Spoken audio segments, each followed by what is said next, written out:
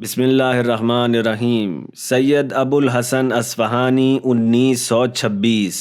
طالب علموں کی علمی و معاشی صورتحال اور نجف کے علماء کے مالی مسائل میرے قلب میں خراشیں ڈال رہے تھے۔ اس پر اضافی دکھ یہ تھا کہ حوزے کے بزرگ اور علماء جو کہ تمام اسلامی ممالک سے آ کر نجف اشرف میں مقیم تھے، وہ فکری استقلال سے محروم تھے۔ عراق کی سیاسی حکومت عملاً برطانیہ کی غلام عثمانی حکومت کے تحت تھی۔ وہ اجازت نہیں دیتی تھی کہ افکار و نظریات اسلام کے سیاسی مسائل کے محور پر آزادانہ پرورش پائیں۔ اسلامی علاقوں میں مغربی افکار و شبہات کا زور تھا اور حوزے میں فقہی و کلامی مسائل اپنے زمانے کی مناسبت سے ان کا جواب دینے سے قاصر تھے، اور کوئی ہونا چاہیے تھا جو اس مشکل صورتحال میں فقہی فتووں کی تجدید کرتا اور شبہات کا جواب دیتا۔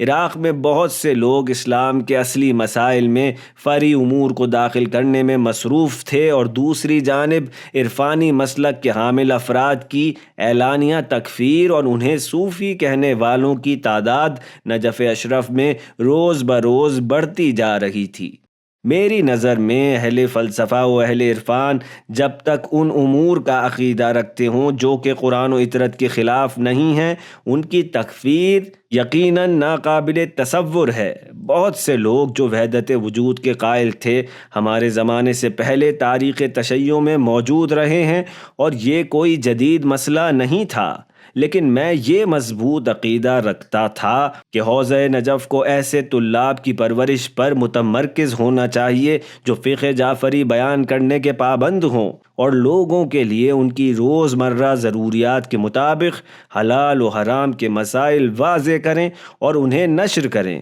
میں اس نظریے پر مضبوطی سے جمع ہوا تھا اور معتقد تھا کہ یہ مسئلہ اس زمانے میں حوزے کی بنیادوں کے استحکام اور شیعہ کابرین کے تحفظ کی ضروریات میں سے ہے۔ جو طلاب نجف میں سہم امام سے استفادہ کرتے تھے انہیں فقہ اسلامی اور اس کی ترویج کے لیے مخصوص ہونا چاہیے تھا، اور عقلی و کلامی امور کے لیے اصفہان و مشہد کے حوزے میں چارہ اندیشی کی جانی چاہیے تھی، اور انہیں ان علوم کے مراکز میں تبدیل ہو جانا چاہیے تھا۔ یہ میرے ذہن میں موجود افکار تھے، اور میں نہیں جانتا تھا کہ ان امور میں میری کوئی ذمہ داری ہے یا نہیں۔ جوانی میں میرے ہم کلاسی اور مباحثوں کے ساتھی سید علی قاضی کی بات ہمیشہ یاد آ جاتی تھی کہ وہ کہا کرتے تھے، میں تمہارے چہرے میں رہبری کے آثار دیکھتا ہوں۔ میں طویل عرصے تک انہیں نجف کی علمی محافل میں دیکھتا رہا۔ یہ میرے لیے عجیب تھا کہ وہ اس طرح خود میں ڈوب گئے ہیں۔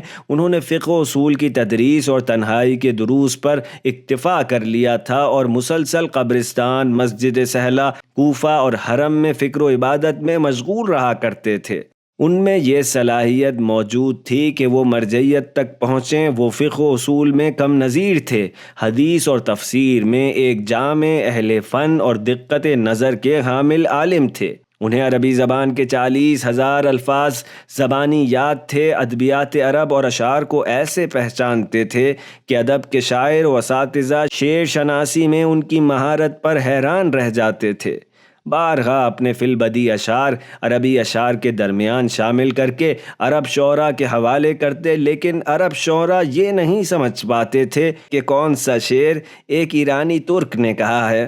وہ ایک پائے کے شاعر تھے، اور میرے لیے ثابت شدہ تھا کہ معنوی مقامات سے متصل ہونے میں کسی خاص مقام تک پہنچ چکے ہیں،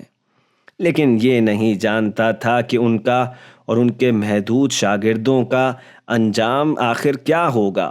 بات کہاں تک جائے گی۔ آہستہ آہستہ سرگوشیاں سننے کو مل رہی تھیں کہ مجتہدین اور فن اجتہاد کے ماہرین ان کے پاس جاتے ہیں، اور وہ ان کو عوالم کی سیر کراتے ہیں جو انہیں اجتہاد، فقہ اور اصول کی فضا سے دور لے جاتی ہے، اور یہ مجھے کچھ پریشان کن دکھائی دیتا تھا۔ میں اپنی ذمہ داری انجام دینے اور امام عصر علیہ السلام کی رضامندی حاصل کرنے کی کوشش میں تھا، اور یہ توقع رکھتا تھا کہ اگر حوزہ علمیہ کی رہبری کا بوجھ میرے شانوں پر آ جائے تو اس میں بنیادی تبدیلی لا سکوں اور حوزہ نجف کو جہان اسلام کے فقہی مرکز میں تبدیل کر دوں۔ لیکن یہ سب کچھ کبھی بھی اس بات کا باعث نہیں بنا کہ میں سید علی قاضی کو بھلا دوں۔ ان سالوں کے دوران کئی مرتبہ میں نے ایک قدیم دوست ہونے کی حیثیت سے ان سے پوچھا، آپ نے مرجعیت کا جو وعدہ کیا تھا وہ اب تک پورا کیوں نہیں ہوا؟ اور وہ سکون سے مسکرا کر کہتے، جلدی نہیں کرو، ابھی اس کا وقت نہیں آیا ہے۔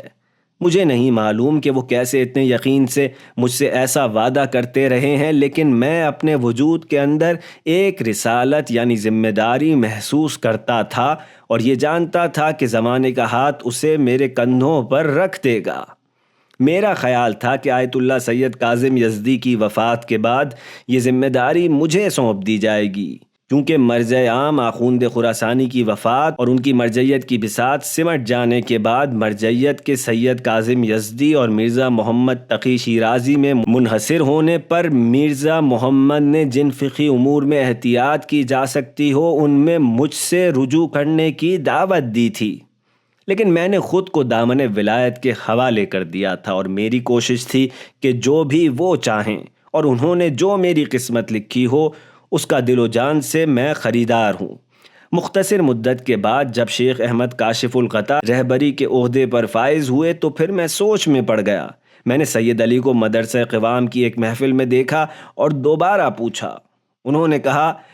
تشیع کے آئندہ رہبر آپ ہی ہیں، اس کے پیچھے جانا ضروری نہیں ہے، وہ خود آپ کے پاس آئے گی اور امور آپ کے حوالے کر دیے جائیں گے۔ اپنی بات جاری رکھتے ہوئے وہ مسکرائے اور کہا، سید جب آپ مرجعیت تک پہنچ جائیں تو ہمیں نہ بھلا دیجیے گا۔ میں نے سوچا کہ آپ تو میرے مباحثے کے ساتھی تھے، آپ کی علمی توانائی اور استنباط کی قوت مجھ سے کم نہیں تھی، بلکہ ہو سکتا ہے کہ حدیث، تفسیر، فلسفہ اور عرفان میں آپ مجھ سے زیادہ گہرائی میں کام کر چکے ہوں، پھر یہ کیسے کہتے ہیں کہ میں اس نقطے پر پہنچ جاؤں گا؟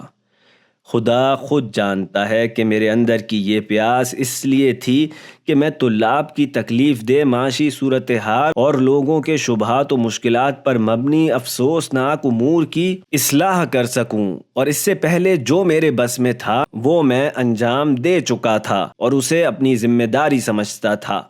بہت سے کام نظر انداز ہو رہے تھے جنہیں انجام دینا ضروری تھا، ان میں سے اہم ترین لٹیروں اور قابضوں کے خلاف حوزے کے سیاسی مسائل اور فکری استقلال نیز آزادانہ اظہار بیان کی اجازت دینا تھا۔ اسی لیے جب مہدی خالصی، جنہوں نے مجلس مؤسسان عراق کا بائیکاٹ کیا تھا، انہیں انگریزوں کی جانب سے حجاز میں جلا وطن کیا گیا تو ان کی جلا وطنی پر اعتراض میں ہم نے مرزا حسین نائینی، سید علی شہرستانی اور بہت سے دوسرے علماء کے ساتھ عراق کو ایران جانے کے ارادے کے ساتھ ترک کر دیا، اور ہمارے اس عمل کے باعث حاکم وقت مجبور ہوا کہ خالصی کی جلا وطنی کا مقام عربستان سے ایران تبدیل کر دے اور شیعہ علماء و مراجع تقلید کو واپس عراق پلٹا دے۔ ان بدماشوں سے 11 مہینے لڑنے کا نتیجہ یہ نکلا کہ 1342 کے ماہ رمضان میں ہم یادگار کامیابی کے ساتھ عراق واپس آ گئے۔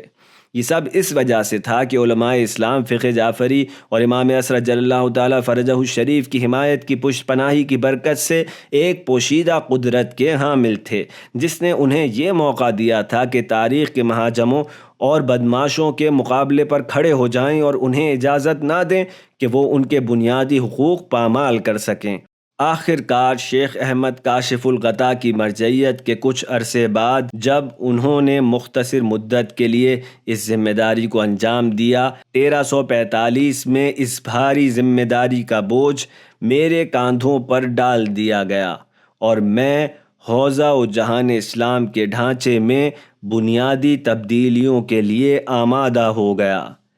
میں نے سید علی کی مستقبل میں دیکھنے کی صلاحیت سے انگشت بے دنداں رہتے ہوئے اپنی وسیع فعالیت کا آغاز کر دیا۔